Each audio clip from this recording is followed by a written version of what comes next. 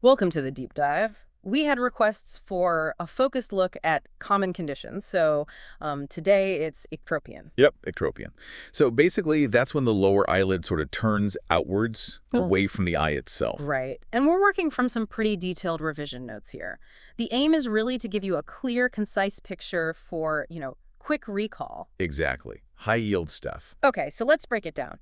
That outward turning, what does it actually involve? Well, it means the lid margin, the edge, actually everts flips out. Yeah, And that leaves the conjunctiva, the sort of inner lining, exposed. exposed to the air and everything. Yes, and the surface of the eyeball, too. Yeah, Not ideal. and I see here there are different categories or types. That's right, 5 main types.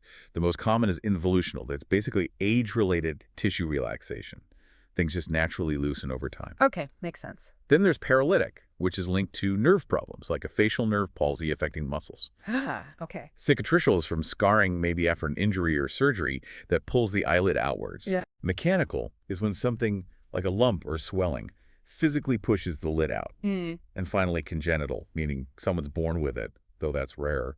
So if someone has this, what would they actually feel or notice? What are the symptoms? So the big ones are irritation, redness, maybe a gritty feeling, and sort of paradoxically, excessive tearing or watering. Watering, even though the eye's exposed and maybe dry. Exactly. It's because the tears aren't draining properly through the little puncta, the drainage holes, because the lid isn't positioned right. I see. And if it's bad, you can get exposure keratopathy that's damage to the cornea because it's too exposed. Okay. And how would a doctor first check this out? Initial assessment. It's mainly looking closely at the eyelid. How does it sit against the eyeball? Where are the puncta? Is the lid lax, loose? Mm-hmm. They might use fluorescein dye, just a simple stain, to check the cornea for any dryness or damage. And what's the usual approach then? Surgery is really the main fix for anything significant, but short term, especially if it's severe, taping the eyelid might help temporarily. Got it. Let's talk about the causes, the etiology. You mentioned age and nerves. Yeah, those are key. So that age-related tissue relaxation is number one. But also scarring, as we said, trauma to the eyelid, facial nerve palsy affecting muzzle control, certain skin disorders that affect the eyelid skin, and those congenital abnormalities. Are there things that make it more likely? Risk factors? Definitely. Advanced age is the biggest factor. Having had previous eyelid surgery is another one. Any facial nerve damage, obviously. Right. Chronic eye inflammation or irritation, and some skin conditions can also increase the risk. So how does this outward turning actually mess with the eye's function?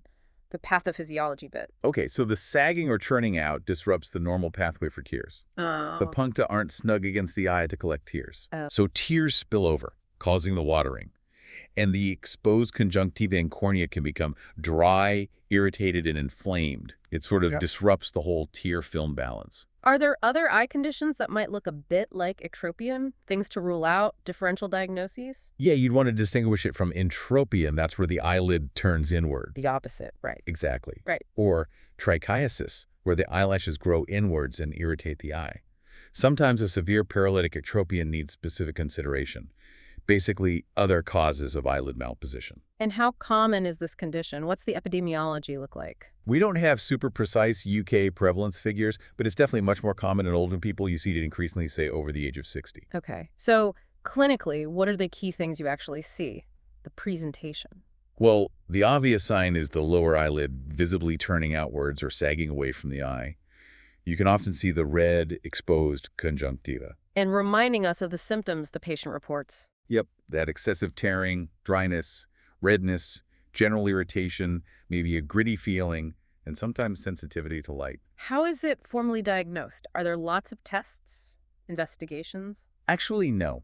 Diagnosis is primarily clinical. It's based on the examination, assessing the eyelid position, checking for laxity, looking at the conjunctival exposure. So not usually needing scans or anything like that.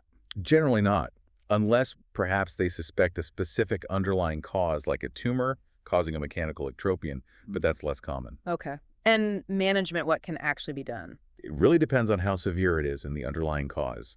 For mild symptoms, just managing the dryness and irritation is key. So like eye drops. Exactly. Lubricating eye drops, maybe thicker ointments, especially at night. Sometimes taping the eyelid shut at night can help protect the cornea. But for more persistent cases. Then surgery is usually recommended. It aims to tighten the eyelid and restore its normal position against the eye. And what's the outlook generally? The prognosis? Oh, it's generally very good, especially with treatment. That's good to hear. Surgical correction is often highly successful and provides long-term relief, restoring normal function and appearance. What about if it's left untreated? Are there potential complications? Yes, definitely. If it's severe or goes untreated, you can get chronic eye irritation, persistent conjunctivitis, that corneal exposure we mentioned, which can lead to ulcers or scarring. Which could affect vision. Potentially, yes. Hmm. If the cornea gets significantly damaged, it can impact vision, so it's important to manage it. This has been really clear. Now, for revision, is there a handy way to remember the common causes, a mnemonic perhaps? Yes, there is. You can use old sick face, Old sick face. old age, laceration or trauma, Yeah. disease like skin disease, surgery previously, innervation issues, nerve palsy, congenital, and K for known previous issues. Old sick face. That's brilliant. Very memorable. Okay, quick scenario then. A 75-year-old patient comes in, chronic tearing, their lower eyelid looks red and seems to be sagging outwards, most likely diagnosis. That sounds very much like Ectropion. Perfect. So, to sum up, ectropion is that outward turning of the lower eyelid, common in older adults, often needs surgery for a long-term fix, and understanding the causes and potential problems is crucial. Absolutely. And if you're revising for the MSRA exam and want more resources like this, do check out passmsra.com. And don't forget, there are also great free resources available over at freemsra.com. Right. And one final thought to leave you with. Thinking about eyelid anatomy and how it changes with age, how might that knowledge shape future strategies for, say, preventing or intervening earlier with conditions like ectropion? Something to ponder. Thanks for tuning in.